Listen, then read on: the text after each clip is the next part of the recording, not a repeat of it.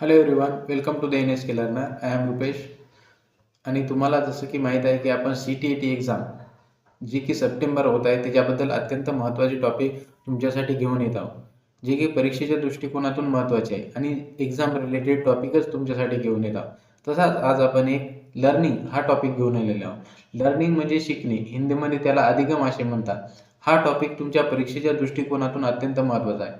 हा topic CDP नाही तर तुम्हाला इंग्लिशमध्ये जसं की तुमच्या लँग्वेज आहे इंग्लिश, हिंदी, मराठी याच्यामध्ये सुद्धा हेल्प करेल. लर्निंग की विद्यार्थी शिकतो कशा प्रकारे याबद्दल जे महत्त्वाचे पॉईंट आहे, जे महत्त्वाच्या टर्म आहे तेवढ्याच मी तुम्हाला एक्सप्लेन करणार आहे. ठीक आहे. तर आज आपल्याला बघायचं आहे लर्निंग हा टॉपिक. लर्निंगमध्ये सर्वात पहिले जे इम्पॉर्टंट जे टर्म दिलेले आहे, जे फॅक्टर दिलेले आहे ते आपण बघूया. तर बघा, सर्वात पहिले काय दिलेले आहे तुम्हाला, फीचर्स ऑफ लर्निंग. सर्वात पहिला पॉईंट काय दिलेला आहे बघा, learning a process that continue from birth to death. Learning हा जी प्रक्रिया आहे म्हणजे ती जन्मापासून ती मृत्यूपर्यंत चालते. ही गोष्ट खरी आहे, कारण की जेव्हापासून आपण जन्म घेतो तेव्हापासून आपण शिकत असतो, तर आपल्या मृत्यूपर्यंत आपण शिकत राहतो. कुठल्याही प्रकारे असं आपण डिस्कंटिन्यू होत नाही. जन्मापासून जे जन्म घेतो आपण तेव्हापासून ते मृत्यूपर्यंत चालणारी प्रोसेस म्हणजे लर्निंग. लर्निंग ही जन्मापासून चालत राहते आपल्या मृत्यूपर्यंत. प्रत्येक टप्प्यावर आपण काही ना काहीतरी शिकतच असतो. तर learning is a continuous process. कधीपासून, जन्मापासून ते मृत्यूपर्यंत चालते. ठीक आहे. नेक्स्ट टॉपिक बघा किंवा नेक्स्ट पॉईंट बघा, हे सामाजिक एक प्रक्रिया आहे, हे सोशल प्रोसेस आहे. बरोबर आहे. आपण जे लर्निंग करतो किंवा जे शिकतो ते फक्त आपण आपल्या घराकडून नाही तर सर्व समाजाकडून सुद्धा शिकतो. समाजामध्ये कोण कोण येते, समाजामध्ये जसं की तुमचे आईवडील येतात, शिक्षक येतात, तुमचे मित्रमैत्रिणी येतात. यांच्याकडून आपण जीवनामध्ये जीवनाच्या प्रत्येक टॉपिकवर किंवा प्रत्येक जीवनामध्ये आपण शिकत येतो. ठीक आहे. तर सामाजिक प्रक्रिया ही. आणि दुसरं बघा, ही एक ॲडॅप्टेशनल प्रोसेस आहे. ॲडॅप्टेशन म्हणजे कसं, की आपण वातावरणानुसार स्वतःला बदलतो किंवा वातावरणानुसार स्वतःला ढाळून घेतो. जशा प्रकारे वातावरण येईल तशा प्रकारे राहण्याचा प्रयत्न करतो, त्याला म्हणायचं ॲडॅप्टेशन. ठीक आहे. त्यानंतरचा पॉईंट बसा, लर्निंग जी ही एक प्रोसेस आहे ती युनिव्हर्सल आहे. युनिव्हर्सल आहे म्हणजे काय, तुम्ही कुठेही गेले तरी शिकणं बंद होते का तुमचं? नाही. तर ती एक युनिव्हर्सल प्रोसेस आहे, सार्वभौमिक प्रक्रिया आहे. ठीक आहे. नेक्स्ट पॉईंट बघा काय दिलेलं आहे, लर्निंग ही एक मेंटल प्रक्रिया आहे, मानसिक प्रक्रिया. ठीक आहे. आपण मानसिक प्रक्रियेतून सुद्धा शिकतो. आपल्या जर मनावर चांगल्या प्रकारे किंवा मानसिक आपण जर स्ट्रॉंग असेल तर आपण चांगल्या प्रकारे अध्ययन करू शकतो, आणि जर स्ट्रॉंग नसेल तर आपलं जे अध्ययन आहे किंवा जे लर्निंग प्रोसेस आहे त्याच्यावर त्याचा इफेक्ट हा होतच असतो. ठीक आहे. त्यानंतर बघा, ही एक कॉम्प्लेक्स प्रोसेस आहे. कॉम्प्लेक्स प्रोसेस आहे. त्यानंतर ही एक ॲक्टिव्ह प्रोसेस आहे. ही सक्रिय प्रक्रिया आहे. आपण ॲक्टिव्ह मधून शिकतो. ठीक आहे. ती एक निरंतर चालणारी प्रोसेस आहे, कंटिन्यू प्रोसेस आहे, जन्मापासून ते मृत्यूपर्यंत चालते. त्यानंतरचा पॉईंट बघा काय दिलेला आहे, ही एक मल्टी डायमेन्शनल प्रोसेस आहे. मल्टी डायमेन्शनल आहे म्हणजे काय, सर्वांगीण विकास होतो याच्यामध्ये. आपण प्रत्येक गोष्टीतून काही ना काही समाजाकडून शिकतो, आपल्या मित्रमैत्रिणीकडून, आईवडिलाकडून, शिक्षकाकडून शिकत राहतो. तर ही मल्टी डायमेन्शनल प्रोसेस आहे. ठीक आहे. चर्चा और खोज आधारित अधिगम प्रक्रिया, discussion and discovery based learning process. जी प्रोसेस आहे ती डिस्कशन आणि लर्निंग बेस पाहिजे. डिस्कशन आणि लर्निंग बेस जर ही प्रोसेस असली तर आपण चांगल्या प्रकारे अध्ययन करू शकतो किंवा शिकू शकतो. ठीक आहे. त्यानंतरचा पॉईंट बघा, learning is a spiral process. Learning जी आहे ती लिनियर प्रोसेस नाही, ती स्पायरल आहे. स्पायरल आहे म्हणजे काय, ती कमी जास्त होत राहते. का, तुमची जी लर्निंग आहे, जे तुम्ही शिकता ते एकसारखा लिनियर शिकता का नाही. कधी तुम्ही चांगल्या प्रकारे तुमचं शिक्षण होते तर कधी तुमचं शिक्षणावर त्याचा दुष्परिणाम सुद्धा होतो. ठीक आहे. तर लर्निंग ही एक स्पायरल प्रोसेस आहे. लर्निंग ही लिनियर प्रोसेस नाही. It is a not a linear process, it is a spiral process. ठीक आहे. त्यानंतरचा पॉईंट बघा, इंटरॅक्शनल कोलॅबरेशन विथ फिअर. तुम्ही जर तुमच्या मित्रमैत्रिणीसोबत इंटरॅक्शन करून किंवा कोलॅबरेशन करून जर एखादी गोष्ट शिकली तर ती तुम्हाला चांगल्या प्रकारे समजते किंवा ती तुम्हाला चांगल्या प्रकारे अवगत होते. ठीक आहे. तर जी प्रोसेस आहे इंटरॅक्शन आणि कोलॅबरेटिव्ह जर लर्निंग झाली तर तिचा सकारात्मक परिणाम हा तुमच्या शिक्षणावर होतो किंवा अध्ययनावर होतो. ठीक आहे. त्यानंतरचा पॉईंट बघा काय दिलेला आहे, त्यानंतरचा पॉईंट दिलेला आहे, विद्यार्थीची सक्रिय सहभागिता, ॲक्टिव्ह पार्टिसिपेशन ऑफ लर्नर. बरोबर आहे. तुमचं जर ॲक्टिव्हली पार्टिसिपेशन असेल, म्हणजे तुम्ही जर ॲक्टिव्हली पार्टिसिपेट असाल एखाद्या गोष्टीमध्ये, तर तुम्ही चांगल्या प्रकारे शिकसाल. तुमचं ॲक्टिव्ह पार्टिसिपेशन हे लर्निंगमध्ये खूप महत्त्वाचं आहे. ठीक आहे. त्यानंतरचा पॉईंट बघा, error, mistakes and misconception in a learning process are relevant and important. जे तुमचे मिस्टेक करता तुम्ही किंवा एरर करता, तर याला एका बाधा म्हणजे तुम्ही अडचणीच्या दृष्टिकोनातून नाही बघायला पाहिजे. कारण की विद्यार्थी हा चुकीचा पुतळा असतो. चुकीमधूनच माणूस शिकत जातो. ठीक आहे. चुकल्याच्या नंतर ती गोष्ट आपल्याला समजते. तर जे एरर असतात, आपले मिस्टेक असतात आणि मिसकन्सेप्ट असतात लर्निंगमध्ये, तर त्याला हे रेलिव्हंट मानायचं आणि इम्पॉर्टंट मानायचं. कारण की आपण चुकामधूनच शिकत असतो, ज्यामुळे त्याला इम्पॉर्टंट मानलेलं आहे. त्यानंतरचा पॉईंट बघा, encouraging student to ask the question. विद्यार्थ्यांना प्रश्न विचारले विद्यार्थ्यांना, तर त्यांना कुठल्याही प्रकारची सजा न देता किंवा त्यांना कुठलीही सजा करता त्याला इन्करेज करायचे प्रश्न विचारण्यासाठी. कारण की जेव्हा प्रश्न तो तेव्हाच विचारतो जेव्हा त्याला काहीतरी जाणून घ्यायचं असतं किंवा समजून घ्यायचं असतं. ठीक आहे. तो जर प्रश्न विचारत असेल विद्यार्थी, तर त्याला प्रश्न विचारायला इन्करेज करणे. ठीक आहे. त्यानंतर बघा, गिव्हिंग एक्झाम्पल व्हाईल टीचिंग. जेव्हा तुम्ही शिकवता किंवा क्लासमध्ये टीचिंग करता किंवा कुठेही समाजामध्ये एखादी गोष्ट सांगता, तर एक्झाम्पल थ्रू शिकवण्याचा प्रयत्न करा. एक्झाम्पल कसे असायला हवे? एक्झाम्पल हे तुमच्या रिअल वर्ल्डच्या रिलेटेड असायला हवे. जसं की तुम्ही समाजाच्या रिलेटेड जर उदाहरण देऊन एखादी गोष्ट सांगण्याचा प्रयत्न केला, तर ती चांगल्या प्रकारे समोरील व्यक्तीला किंवा विद्यार्थ्याला चांगल्या प्रकारे समजेल. ठीक आहे. तर असे आपण फीचर बघितलेले आहे जे लर्निंगच्या रिलेटेड आहे. त्यानंतरचा टॉपिक बघा काय, फॅक्टर इफेक्टिंग लर्निंग. कुठकुठले फॅक्टर आहेत जे लर्निंगला इफेक्ट करतात. ठीक आहे. तर असे एकूण 4-5 फॅक्टर आहेत जे लर्निंगला इफेक्ट करतात. आपण ते बघणार आहोत. एक विद्यार्थ्याच्या रिलेटेड फॅक्टर असतील, शिक्षकाच्या रिलेटेड फॅक्टर असतील, सोसायटी, समाज, फॅमिलीच्या रिलेटेड फॅक्टर असतील. तर आपल्याला हे सर्व फॅक्टर समजून घ्यायचे आहे. हे जे फॅक्टर आहे हे विद्यार्थ्यावर चांगल्या प्रकारे किंवा वाईट प्रकारे कशा प्रकारे परिणाम करतात हे सुद्धा समजून घ्यायचं. ठीक आहे. तर सर्वात पहिले बघा, स्टुडंट रिलेटेड फॅक्टर. सर्वात पहिला फॅक्टर कोणता? Interest of student.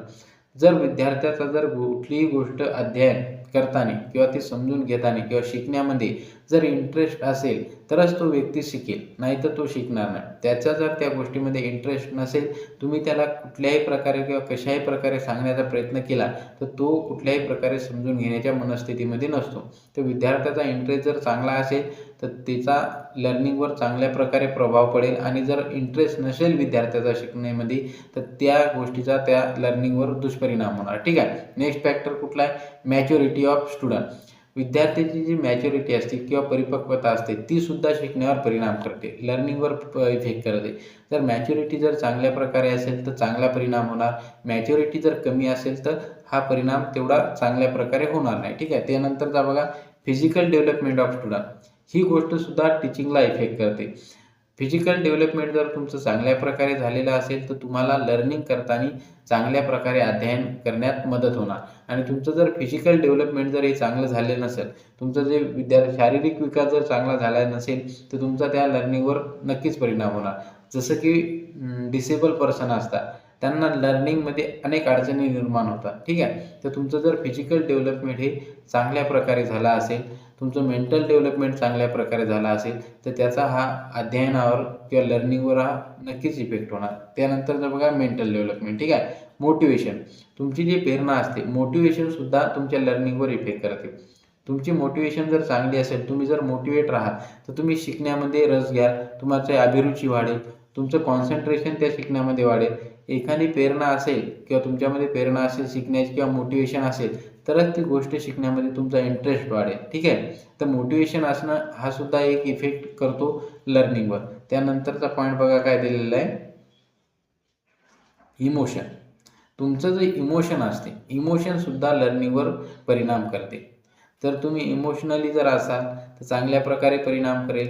तर इमोशन जे असते तुमचं चांगले किंवा वाईट प्रकारचं, ते इमोशनसुद्धा तुमच्या लर्निंगवर इफेक्ट करतो. त्यानंतरचा पॉईंट आहे की तुमचं जे कल्चर असते, कल्चरल डेव्हलपमेंट ऑफ स्टुडंट. सांस्कृतिक विकास हा सुद्धा तुमच्या लर्निंगवर परिणाम करतो. त्यानंतरचा पॉईंट आहे एज, वय.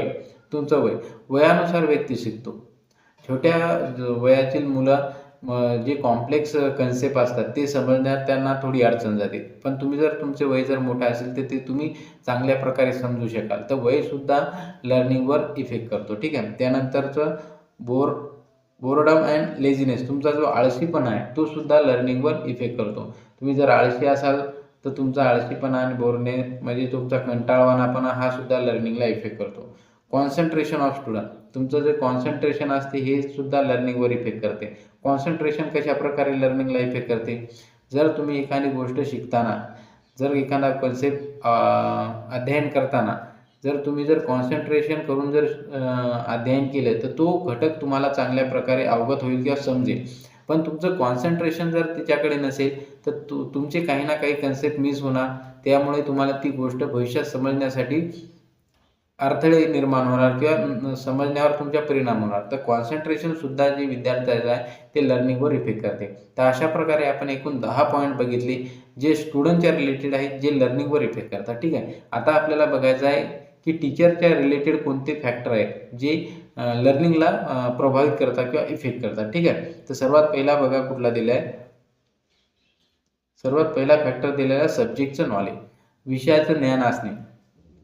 कुठलाही शिक्षक जेव्हा क्लासमध्ये शिकवतो तेव्हा त्याला विषयाचं ज्ञान असेल तरच चांगल्या प्रकारे अध्ययन होते. जर त्याला विषयाचं ज्ञान नसेल किंवा नॉलेज नसेल तर त्याचा परिणाम हा चांगला होणार नाही लर्निंगवर. तर विषयाचं ज्ञान शिक्षकांना असणे खूप महत्त्वाचं आहे. ठीक आहे. त्यानंतरचा बघा टीचिंग मेथड, जे तुम्ही टीच करता एखादा सब्जेक्ट आहे, जसं की मॅथ्स सब्जेक्ट आहे, हिस्ट्री सब्जेक्ट आहे, ते याला वेगवेगळ्या मेथडनं तुम्ही शिकू शकता. एकच जी व्याख्यान मेथड आहे त्यानेच जर शिकवलं तर लर्निंग ही रटाळवाणी होणार. तर तुम्ही वेगवेगळ्या पद्धतीचा यूज तुम्हाला करता आला पाहिजे. तर जे टीचिंग मेथड आहे त्याचासुद्धा लर्निंगवर इफेक्ट होतो. जसं की सायन्स विषय किंवा विज्ञान विषय शिकताना जर तुम्ही प्रॅक्टिकलच्या मार्गातून किंवा प्रॅक्टिकलच्या सहाय्याने प्रॅक्टिकल मेथडच्या यूज करून जर विद्यार्थ्याला शिकवलं तर त्याला तो कन्सेप्ट चांगल्या प्रकारे समजतो. ठीक आहे. तर टीचिंग मेथडसुद्धा हा जो फॅक्टर आहे तो लर्निंगला इफेक्ट करतो. त्यानंतर इंटरेस्ट ऑफ द टीचर, जसं की विद्यार्थ्याचा सुद्धा इंटरेस्ट लागतो शिकण्यासाठी, तसंच शिकवण्यासाठी सुद्धा टीचरचा सुद्धा इंटरेस्ट लागतो. हे सुद्धा फॅक्टर लर्निंगवर इफेक्ट करते. त्यानंतरचा ॲक्टिवनेस ऑफ टीचर, टीचरसुद्धा ॲक्टिव्ह पाहिजे, क्लासमध्ये त्याचा ॲक्टिवनेस पाहिजे तरच लर्निंगवर चांगल्या प्रकारे प्रभाव होईल. ठीक आहे. त्यानंतर क्लास मॅनेजमेंट नॉलेज, शिक्षकाला क्लास मॅनेजमेंटचं नॉलेज असणे खूप गरजेचं आहे. क्लास जर मॅनेज शिक्षकाला करता आला नाही, विद्यार्थी जर क्लासमध्ये गोंधळ घालत राहिले तर त्याचा परिणाम हा लर्निंगवर किंवा अध्ययनावर अधिगमवर नक्कीच होणार. ठीक आहे. जर क्लास मॅनेजमेंट चांगल्या प्रकारे असेल तर त्याचा चांगला परिणाम होणार आणि क्लास मॅनेजमेंट जर शिक्षकाला बरोबर येत नसेल तर त्याचा हा दुष्परिणाम लर्निंगवर हा नक्की होणार. त्यानंतरचा पॉईंट बघा काय दिलेला आहे, टीचिंग स्किल. शिक्षकामध्ये टीचिंग स्किल म्हणजे शिक्षण कौशल्य असणे खूप गरजेचे आहे. त्यामध्ये कम्युनिकेशन स्किल असेल, रायटिंग स्किल असेल, रीडिंग स्किल असेल, ह्या सर्व जे कौशल्य आहे ते शिक्षकामध्ये असेल, चांगल्या प्रकारे असेल तर त्याचा लर्निंगवर हा चांगला परिणाम होणार. परंतु जर शिक्षकामध्ये कुठली कमतरता असेल किंवा स्किल नसेल तर त्याचा हा दुष्परिणाम लर्निंगवर हा नक्कीच होणार. ठीक आहे. त्यानंतर बघा पर्सनॅलिटी, शिक्षकाची जी पर्सनॅलिटी असते, व्यक्तिमत्व, याचासुद्धा लर्निंगवर खूप मोठ्या प्रमाणात परिणाम होतो. पर्सनॅलिटी जी अट्रॅक्टिव्ह असणे, पॉझिटिव्ह वाईब असणे हे सुद्धा गरजेचं आहे, जेणेकरून विद्यार्थ्यांना क्लासमध्ये बसायला आवडेल, त्यांना शिक्षणामध्ये रुची निर्माण होणार. तर शिक्षकाची जी पर्सनॅलिटी आहे ती सुद्धा लर्निंगवर मोठ्या प्रमाणात इफेक्ट करते. त्यानंतर बिहेवियर, शिक्षकाचा जो बिहेवियर असतो तो पॉझिटिव्ह असायला पाहिजे, दयाळू असायला पाहिजे आणि चांगला असायला पाहिजे. तरच विद्यार्थी त्या क्लासमध्ये त्यांना बसून शिकायला आवडेल किंवा त्यांची रुची वाढेल. ठीक आहे. बिहेवियर जर शिक्षकाचा रागीट असेल, मारणारा असेल तर ते क्लासमध्ये चालणार नाही, कारण की विद्यार्थ्यांना तो बिहेवियर आवडणार नाही आणि त्यांना शिक्षणामध्ये रुची निर्माण होणार नाही. उलट त्या शिक्षकाबद्दल त्यांच्या मनामध्ये क्रोध निर्माण होणार. ठीक आहे. तर शिक्षकाचा बिहेवियर हा दयाळू पाहिजे, चांगला पाहिजे, पॉझिटिव्ह वाईब पाहिजे. ठीक आहे. त्यानंतर बघा कम्युनिकेशन स्किल, त्यांचे जे भाषण कौशल्य आहे या संचार कौशल्य आहे हे चांगले पाहिजे. कम्युनिकेशन स्किल, जसं की म्हणतात की बोलण्यातून माणूस काहीही करू शकतो किंवा बोलणं जर आपलं चांगलं असेल, पॉझिटिव्ह असेल तर आपण जगसुद्धा जिंकू शकतो. त्याचप्रकारे तुमचं जर कम्युनिकेशन स्किल चांगलं असेल तर विद्यार्थ्यासोबत बोलताना तुम्ही मित्रतापूर्व जर व्यवहार केला, फ्रेंड समजून जर त्यांच्यासोबत वागले तर ते चांगल्या प्रकारे तुमच्यासोबत कनेक्ट करतील आणि याचा परिणाम हा लर्निंगवर निश्चित होणार. ठीक आहे. त्यानंतर पॅडॉलॉजी नॉलेज, शिक्षणशास्त्राचं नॉलेज असणे खूप गरजेचं आहे. पॅडॉलॉजी मुलांची जी पॅडॉलॉजी असते ती तुम्हाला समजणे खूप गरजेचं आहे. प्रत्येक विद्यार्थी हा वेगवेगळा असतो हे तुम्ही मानून क्लासमध्ये टीचिंग करायला हवं, ना की सर्वांना लिनियर टीचिंग करायला हवं. प्रत्येक विद्यार्थी हा वेगळा असतो. प्रत्येक विद्यार्थ्याचे कौशल्यसुद्धा वेगवेगळे असतात. याची जाणसुद्धा शिक्षकाला असायला पाहिजे. तर शिक्षणशास्त्राबद्दल नॉलेज असणे शिक्षकाला खूप गरजेचं आहे. तर असे आपण 10 जे फॅक्टर बघितले जे टीचिंगला किंवा लर्निंगला इफेक्ट करतात, जे टीचरच्या रिलेटेड होते. ठीक आहे. त्यानंतरचे बघा कुठले फॅक्टर आहे, school related factor. School related factor जे की टीचिंगला लर्निंगला इफेक्ट करतात. ठीक आहे. स्कूल मॅनेजमेंट किंवा स्कूल ऑर्गनायझेशन जी शिक्षक संघटना असते किंवा शालेय विद्यालय संघटना असते, ही टीचिंगवर लर्निंगवर इफेक्ट करते. जर चांगली संघटना असेल, ऑर्गनाइज संघटना असेल, हेल्प करणारी असेल, जर शिक्षकाला हेल्प करणारी असेल, कोऑपरेटिव्ह करणारी असेल, तर त्याचा लर्निंगवर चांगला परिणाम होणार. ठीक आहे. त्यानंतर learning and teaching facility. Learning आणि टीचिंगच्या ज्या फॅसिलिटी असतात क्लासमध्ये, त्या जर सर्व स्टुडंटला मिळाल्या तर त्याचा चांगला परिणाम हा शिक्षणावर होणार. ठीक आहे, लर्निंगवर होणार. परंतु त्या जर मिळाल्या नाही तर त्याचा दुष्परिणाम हा लर्निंगवर नक्कीच होणार. त्यानंतर इन्फ्रास्ट्रक्चर अँड फॅसिलिटी. जे इन्फ्रास्ट्रक्चर आहे, जसं की क्लासरूम चांगली असणे, स्वच्छ असणे, क्लासमध्ये फळा चांगला असणे, बसण्यासाठी चेअर चांगल्या असणे, ह्या गोष्टी जर चांगल्या सर्व इन्फ्रास्ट्रक्चर असेल तर याचा परिणाम हा शिक्षणावर किंवा लर्निंगवर हा चांगल्या प्रकारे होणार. कारण की तिथं एक चांगलं पॉझिटिव्ह वातावरण निर्माण होणार. त्याच्यामुळे शिक्षकाचा आणि विद्यार्थ्याचं सुद्धा तिथे मन लागेल, जेणेकरून शिक्षणामध्ये त्याचा फायदा होणार. त्यानंतर स्कूल इन्व्हायरमेंट, जसं की शालेय वातावरण, तुमचं चांगलं प्लेग्राऊंड असणे, तुम्हाला चांगली लॅब असणे, खेळण्यासाठी साधनसामुग्री उपलब्ध असणे, त्यानंतर शिक्षकासाठी सर्व साधनसामुग्री उपलब्ध असणे, टीचिंग एड्स असणे, ह्या सर्व गोष्टी जर तिथे असतील ते एक चांगल्या प्रकारे वातावरण निर्माण होणार आणि वातावरण चांगल्या प्रकारे निर्माण झाल्यामुळे तिथे शिक्षणावर त्याचा हा चांगला परिणामच होणार. ठीक आहे. त्यानंतर क्लासरूम इन्व्हायरमेंट. क्लासरूमचं सुद्धा इन्व्हायरमेंट हे चांगल्या प्रकारे पाहिजे. त्यांची बैठक व्यवस्था असेल, क्लासमध्ये खिडक्या असणे, चांगल्या प्रकारे लाईटची व्यवस्था असणे, फॅन्स असणे, त्यांना पियायला शुद्ध पाणी असणे, ह्या सर्व गोष्टी जर क्लासमध्ये चांगल्या प्रकारे असतील तर त्याचा परिणाम हा चांगला किंवा पॉझिटिव्ह हा लर्निंगवर होतो. परंतु ह्या गोष्टी जर तिथे अवगत नसतील किंवा तिथं उपलब्ध नसतील तर त्याचा परिणाम हा निगेटिव्ह तिथे लर्निंगवर होणार. ठीक आहे. त्यानंतर बघा फॅमिली रिलेटेड फॅक्टर कुठले असतील. फॅमिली रिलेटेड जे फॅमिलीमधले वातावरण किंवा एन्व्हायरमेंट असते ते पॉझिटिव्ह असायला हवे. तर घरामध्ये जर कोणी शिव्या देत असेल तर त्याचा हा दुष्परिणाम विद्यार्थ्यावर किंवा मुलांवर हा वाईट होणार. पण फॅमिलीमधील जर वातावरण हा चांगला असेल, चांगले बोलणारे आईवडील असतील, एज्युकेटेड आईवडील असतील, व्यवहार त्यांचा चांगला असेल, मुलांना चांगल्या प्रकारे वागणूक द्यायचं सांगत असतील तर त्याचा हा चांगला परिणाम लर्निंगवर होणार. ठीक आहे.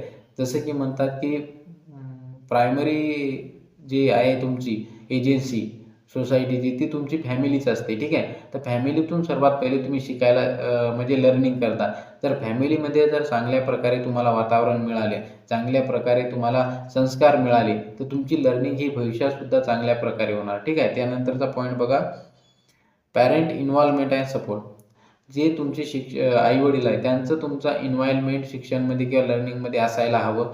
जसं की तुम्हाला शिकवताना क्लासमध्ये काय शिकवलं, घरी आल्यावर विचारणे, होमवर्क काय दिला, तू कशाप्रकारे बिहेव करत आहे, तुला काही गोष्टीची आवश्यकता आहे का, ह्या सर्व गोष्टी मुलाला विचारणे किंवा चिल्ड्रनना विचारणे, त्यांना सपोर्ट करणे आणि इन्व्हॉल्वमेंट त्यांच्या लर्निंगमध्ये जर तुम्ही घेतली तर त्याचा हा चांगला परिणाम विद्यार्थ्यावर होणार.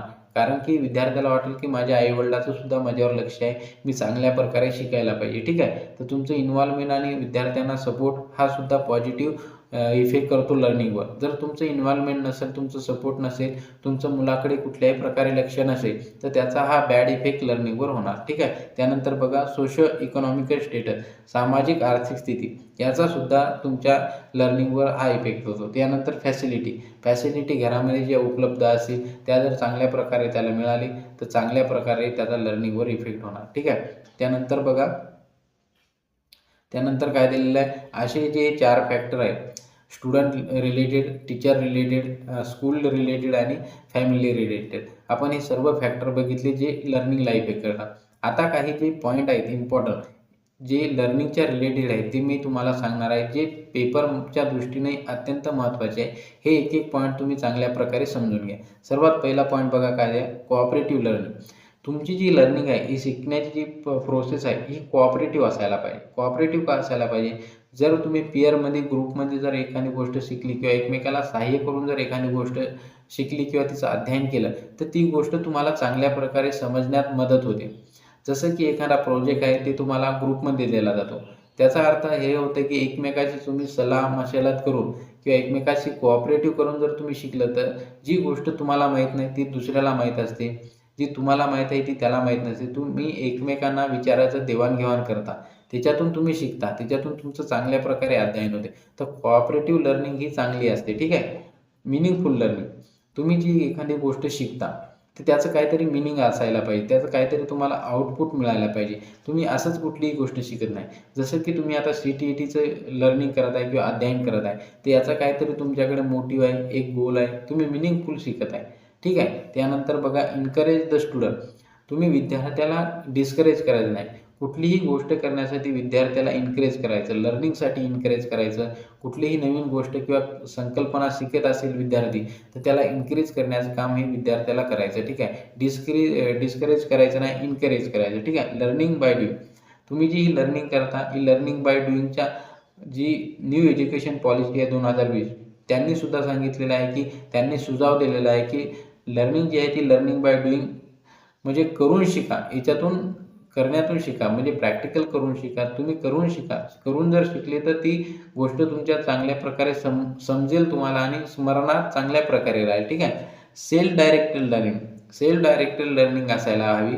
सेल्फ डायरेक्टेड लर्निंग म्हणजे काय? स्वतःला डायरेक्शन देऊन तुम्ही लर्निंग केलेलं पाहिजे.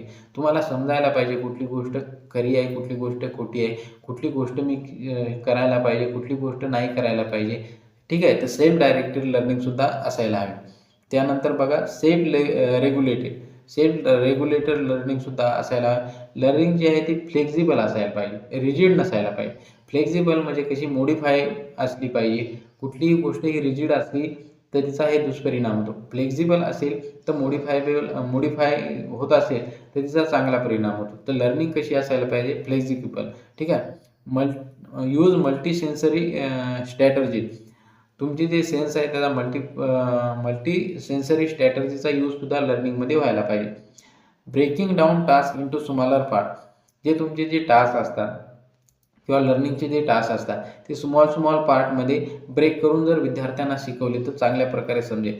जसं की तुम्हाला सिम्प्लिफिकेशन मॅथमध्ये जर सिम्प्लिफिकेशनचे जर क्वेश्चन सॉल्व करायचे असेल तर सर्वात पहिले डायरेक्ट तुम्ही सिम्प्लिफिकेशनचा क्वेश्चन सॉल्व न करता बोर्ड मास काय असते, मल्टिप्लिकेशन कशा प्रकारे केलं जाते, डिव्हिजन कशा प्रकारे, ॲडिशन सबट्रॅक्शन ह्या सर्व गोष्टी स्मॉल पार्टमध्ये पहिले लर्न करायचे आणि त्याच्यानंतर सिम्प्लिफिकेशनचे क्वेश्चन सॉल्व करायचे. तर अशा प्रकारे breaking down the task into smaller part अशा प्रकारे जर तुम्ही शिक्षण घेतलं किंवा लर्निंग केली तर ती चांगल्या प्रकारे त्याचा परिणाम लर्निंगवर होतो. ठीक आहे. त्यानंतर ॲक्टिव्ह पार्टिसिपेशन. लर्निंगमध्ये विद्यार्थ्याचं ॲक्टिव्ह पार्टिसिपेशन हे खूप महत्त्वाचं आहे. निष्क्रिय नाही, सक्रिय पाहिजे. विद्यार्थी हा कधीही सक्रिय पाहिजे. शिक्षकसुद्धा सक्रिय पाहिजे, विद्यार्थीसुद्धा सक्रिय पाहिजे लर्निंगमध्ये. ठीक आहे. त्यानंतरचा पॉईंट बघा काय दिलेला आहे. Give opportunity to student. विद्यार्थ्याला ऑपॉर्च्युनिटी द्यायची. त्यांना ऑपॉर्च्युनिटी जर दिले तर ते चांगल्या प्रकारे प्रगती करतील. ठीक आहे. तुम्ही जर त्यांना ऑपॉर्च्युनिटीज नाही दिली, जसं की एखाद्या विद्यार्थ्याला खेळामध्ये रुची असेल तर त्याला शाळेने ऑपॉर्च्युनिटी द्यायला पाहिजे खेळामध्ये. एखादा कबड्डीमध्ये चांगला खेळत असेल किंवा एखाद्याची रायटिंग चांगली असेल तर त्याला रायटिंगमध्ये ऑपॉर्च्युनिटी द्या. एखाद्याची रीडिंग चांगली असेल, एखाद्याचं भाषण चांगलं असेल, भाषण कौशल्य एखाद्यामध्ये चांगलं असेल तर त्याला त्याच्यामध्ये. तर विद्यार्थ्यांना ऑपॉर्च्युनिटी देणे खूप गरजेचं आहे. ऑपॉर्च्युनिटी विद्यार्थ्याला द्यायला पाहिजे. ठीक आहे. त्यानंतर बघा encourage critical thinking, problem solving ability. त्यांची जी क्रिटिकल थिंकिंग असते त्याला इन्करेज करा. प्रॉब्लेम सॉल्विंग ज्या मेथड असतात, प्रॉब्लेम सॉल्विंग त्यांच्या ज्या ॲबिलिटी असतात त्यांनासुद्धा इन्क्रीज करा. ठीक आहे. हे सगळे पॉझिटिव्ह पॉईंट आहे. Student centred learning. जी आपली जी लर्निंग पद्धत आहे किंवा जी अधिगम पद्धत आहे ही स्टुडंट सेंट्रेट असायला पाहिजे. टीचर सेंट्रेट नाही, सिलेबस सेंट्रेट नाही किंवा तुमचं पुस्तक सेंट्रेट असायला नको. ती तुमची लर्निंग जी आहे ती स्टुडंट सेंट्रेट असायला हवी. ठीक आहे. त्यानंतर बघा connected learning to the real world. तुमची जी शिक्षण पद्धत आहे ते रिअल वर्ल्ड सोबत म्हणजे वास्तविक जीवनासोबत जोडायला हवी. याचं कारण काय, जर वास्तविक जीवनासोबत जोडून जर तुम्ही एखादा कन्सेप्ट शिकवला किंवा एखादा टॉपिक घटक शिकवला तर तो विद्यार्थ्याला चांगल्या प्रकारे समजतो. ठीक आहे. जसं की कुठलाही टॉपिक घेतला, इतिहासाचा टॉपिक घेतला, तर तुम्हाला छत्रपती शिवाजी महाराजाबद्दल माहिती द्यायची असेल, शिवनेरी किल्ल्याबद्दल जर माहिती द्यायची असेल, तर शिवनेरी किल्ल्यावर जाऊन जर त्यांना तो टॉपिक शिकवला किंवा माहिती दिली तर ती त्यांच्या माइंडमध्ये खूप वेळेपर्यंत राहील किंवा चांगल्या प्रकारे तो घटक त्यांना समजेल. ठीक आहे. तर रिअल वर्ल्डसोबत जोडून जर तुम्ही एखादी गोष्ट शिकवली किंवा कनेक्ट करून जर शिकवली तर ती विद्यार्थ्यांना चांगल्या प्रकारे समजेल. तर जे तुम्ही जर लर्निंग जी आहे ती रिअल वर्ल्डसोबत कनेक्ट करा. ठीक आहे. प्रोव्हाइडिंग सोशल अपॉर्च्युनिटी, त्यांना सोशल अपॉर्च्युनिटीसुद्धा द्यायला पाहिजे. त्यानंतर बघा, हे अशा प्रकारचे जे पॉईंट होते इम्पॉर्टंट, जे परीक्षेच्या दृष्टिकोनातून महत्त्वाचे आहे. आता आपल्याला सर्वात लास्टचा टॉपिक बघायचा आहे, ट्रान्सफर ऑफ लर्निंग. जे तुम्ही कुठलीही गोष्ट शिकता किंवा जी कुठलीही गोष्ट तुम्ही शिकलेली आहे त्याचं ट्रान्सफर कशा प्रकारे होते, तर त्याचं ट्रान्सफर म्हणजे काय, त्याचा उपयोग किंवा यूज तुम्ही कशा प्रकारे करता. एखादी गोष्ट शिकली, जसं की तुम्ही सायकल चालवायला शिकली तर त्याचा यूज कशा प्रकारे करता तुम्ही. तर तसंच ट्रान्सफर ऑफ नॉलेज, तर याचे 3 टाईप पडतात, positive transfer of knowledge, negative transfer of knowledge आणि झिरो ट्रान्सफर ऑफ नॉलेज. तर सर्वात पहिले आपल्याला समजून घ्यायचं आहे पॉझिटिव्ह ट्रान्सफर ऑफ नॉलेज कशाला म्हणतात. सकारात्मक अधिगम का हस्तांतरण. ठीक आहे. पॉझिटिव्ह ट्रान्सफर ऑफ नॉलेज म्हणजे काय, एखादी गोष्ट तुम्ही शिकली त्याचा फायदा दुसऱ्या कौशल्य शिकताना किंवा ज्ञान घेताना तुम्हाला होणे. ठीक आहे. एखादी गोष्ट जर तुम्ही शिकत असता त्याचा जर परिणाम जर होत असेल ज्ञान घेताना, माहिती घेताना किंवा कौशल्य एखादं डेव्हलप करताना, जसं की इथं सांगितलेलं आहे CTET एक्झामचा तुम्ही अभ्यास करत आहे. CTET एक्झामबद्दल जर तुम्ही ज्ञान घेत आहे, कौशल्य डेव्हलप करत आहे, माहिती मिळत आहे, या ज्ञानाचा माहितीचा आणि कौशल्याचा उपयोग तुम्हाला महाराष्ट्रातील TET एक्झामसाठी होत आहे. म्हणजे पॉझिटिव्ह ट्रान्सफर ऑफ लर्निंग. ठीक आहे. जर एखाद्या गोष्टीचा कौशल्याचा जर तुमचा यूज जर पुढील कौशल्य किंवा एखादी गोष्ट किंवा कन्सेप्ट शिकताना तिथं जर त्याचा यूज होत असेल तर त्याला म्हणायचं पॉझिटिव्ह ट्रान्सफर ऑफ नॉलेज. जसं की गणित विषयामध्ये तुम्ही गणित शिकताना किंवा तुम्ही जर गुणाकार भागाकार शिकत आहे तर याचा यूज तुम्हाला सिम्प्लिफिकेशनमध्ये होणार म्हणजे होणार. सिम्प्लिफिकेशनचे जे क्वेश्चन्स तुम्ही सॉल्व्ह करता त्याच्यामध्ये होणार. तर त्याचा पॉझिटिव्ह ट्रान्सफर ऑफ नॉलेज. ठीक आहे. पूर्वीच्या ज्ञानाचा जर नवीन ज्ञान घेताना किंवा शिकताना जर त्याचा चांगला उपयोग होत असेल, पॉझिटिव्ह उपयोग होत असेल तर त्याला म्हणायचं पॉझिटिव्ह ट्रान्सफर ऑफ नॉलेज. ठीक आहे. त्यानंतरच बघा negative transfer of knowledge. Negative transfer of knowledge म्हणजे काय, जे तुम्ही पूर्वीचं ज्ञान शिकलेलं आहे ते जर नवीन ज्ञान शिकताना तुम्हाला जर बाधा घालत असेल किंवा अडचण निर्माण करत असेल तर त्याला म्हणायचं निगेटिव्ह ट्रान्सफर ऑफ नॉलेज. जसे की इथं उदाहरण दिलं आहे, तुम्ही भारतामध्ये गाडी चालवता, तुम्हाला ड्रायव्हिंग येते. ठीक आहे. तुम्ही जर अमेरिकेमध्ये गेला तर तुम्हाला गाडी चालवायला प्रॉब्लेम जाणार, कारण की भारतामध्ये जेव्हा आपण गाडी चालवतो तेव्हा ड्रायव्हिंग करताना आपण राईट साईडला बसतो, परंतु अमेरिकेमध्ये लेफ्ट साईडला बसता. तसंच अमेरिकेचा जर इथं व्यक्ती आला तर त्यालासुद्धा प्रॉब्लेम होणार. म्हणजे तुमचं जे पूर्वीचं नॉलेज आहे किंवा तुमच्यात जी ड्रॉइंगची स्किल आहे याच्यामध्ये तुम्ही दुसऱ्या जागी जाऊन जर तेच स्किल अप्लाय करत असाल तर तुम्हाला त्याच्यामध्ये प्रॉब्लेम क्रिएट होत आहे, म्हणजे निगेटिव्ह ट्रान्सफर ऑफ नॉलेज. जर पूर्वीच्या ज्ञानाचा उपयोग तुम्ही दुसरे कौशल्य मिळवताना करत असाल तर त्याचा निगेटिव्ह जर इफेक्ट होत असेल तर त्याला म्हणायचं निगेटिव्ह ट्रान्सफर ऑफ नॉलेज. आता लास्ट आहे zero transfer of knowledge. Zero transfer of knowledge म्हणजे काय, झिरो ट्रान्सफर ऑफ नॉलेज म्हणजे की तुमचा पूर्वीच्या ज्ञानाचा माहितीचा कुठल्याही प्रकारे दुसऱ्या ज्ञानावर चांगला किंवा खराब परिणाम न होणे. जसं की तुम्ही सायकल चालवताय, सायकल चालवण्याचा तुमच्या गायनावर काही परिणाम होणार नाही. जसं सिंगिंग इथं दिलेलं आहे तुमचा पेंटिंगचा सिंगिंग, तुम्ही पेंटिंग येते, एक कौशल्य आहे तुमच्या, तुम्ही लर्न केलं किंवा शिकले की पेंटिंग येते. पेंटिंगचा आणि सिंगिंगचा कुठल्याही प्रकारे संबंध येत नाही, चांगलाही नाही वाईट नाही. जर एखाद्या कौशल्याचा दुसरे कौशल्य डेव्हलप करताना चांगला किंवा वाईट परिणाम जर त्याच्यावर होत नसेल तर त्याला म्हणायचं निगेटिव्ह ट्रान्सफर ऑफ नॉलेज. ठीक आहे. तर अशा प्रकारे आपण आज लर्निंग हा टॉपिक बघितला. मी तुम्हाला एक्झाम रिलेटेडच जेवढे पॉईंट तुमच्या एक्झामच्या दृष्टिकोनातून महत्त्वाचे आहे तेवढ्याच सांगण्याचा प्रयत्न केला. तुम्ही हे पॉईंट चांगल्या प्रकारे बघा. हा व्हिडिओ रिपीट बघा. जर तुम्हाला समजला नसेल तर एक एक पॉईंट तुमच्या नोटबुकमध्ये नोट डाऊन करा. ठीक आहे. हा व्हिडिओ एक्झामच्या दृष्टिकोनातूनच मी बनवलेला आहे. PYQमध्ये जे क्वेश्चन आहेत त्यांना सर्व क्वेश्चन चाळून मी पॉईंट काढलेले आहेत. हे पॉईंट तुम्हाला एक्झामच्या दृष्टिकोनातून अत्यंत महत्त्वाचे, हे पॉईंट तुम्ही लर्न करून घ्या. ठीक आहे. तुम्हाला जर हा व्हिडिओ आवडला असेल तर व्हिडिओला लाईक करून घ्या. चॅनलवर आपल्या नवीन असाल तर चॅनलला सबस्क्राईब करून घ्या आणि तुम्ही हा व्हिडिओ तुमच्या मित्रमैत्रिणींना मोठ्या प्रमाणात शेअरसुद्धा करा. ठीक आहे. थँक्यू.